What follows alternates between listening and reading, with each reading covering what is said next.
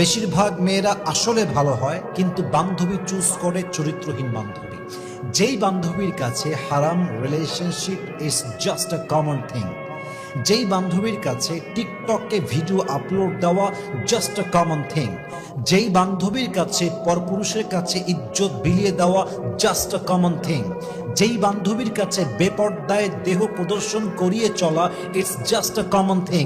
এরকম বান্ধবী যেই মেয়ে বানিয়েছে, সে চরিত্রবান হলেও কি হবে, তার চরিত্র নষ্ট হতে বেশি দিন সময় লাগবে না, ঠিক কিনা বলেন? এজন্য আমরা সব সময় বলি, সঙ্গদোষে লোহাও কিন্তু ভাসে।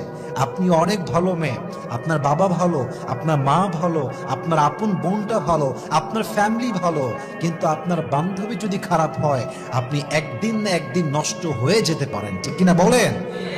আল্লাহ তাআলা এক অসাধারণ আয়াত বলেছেন কোরআনে। আল্লাহ তাআলা কি বলছে খেয়াল করেন। আল্লাহ রাব্বুল আলামিন বলছেন, যারা দুনিয়ার বুকে চরিত্রহীন বান্ধবী রেখেছে, চরিত্রহীন বন্ধু রেখেছে, যেই বন্ধু নামাজের দাওয়াত দেয় না, রোজার দাওয়াত দেয় না, হারামের দাওয়াত দেয়, গানের দাওয়াত দেয়, প্রেমের দাওয়াত দেয়, এমন বন্ধু যারা রেখেছে, কিয়ামতের কঠিন দিনে তারা কি বলবে? আল্লাহ বলছেন, ইয়া ওয়াইলাতা লাইতানি লাম আত্তাখিয ফুলানান খলিলা।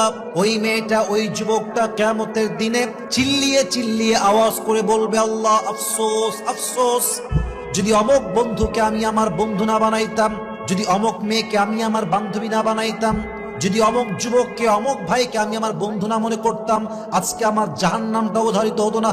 ইয়া ওয়াইলাতা লাইতানি লাম আত্তাখিয ফুলানান খলিলা। আফসোস করবে যে, ইসরে, যদি সেই যুবকটা আমার বন্ধু না হতো, ইসরে, যদি সেই মেয়েটা আমার বান্ধবী না হতো, আজকে আমার বেহাল দশা হতো না। অতএব বন্ধু চুজ করার ক্ষেত্রে ভেরি অ্যালার্ট। চরিত্রহীন কোন নারীকে আমার বান্ধবী বানাতে পারি না, ঠিক কিনা বলেন?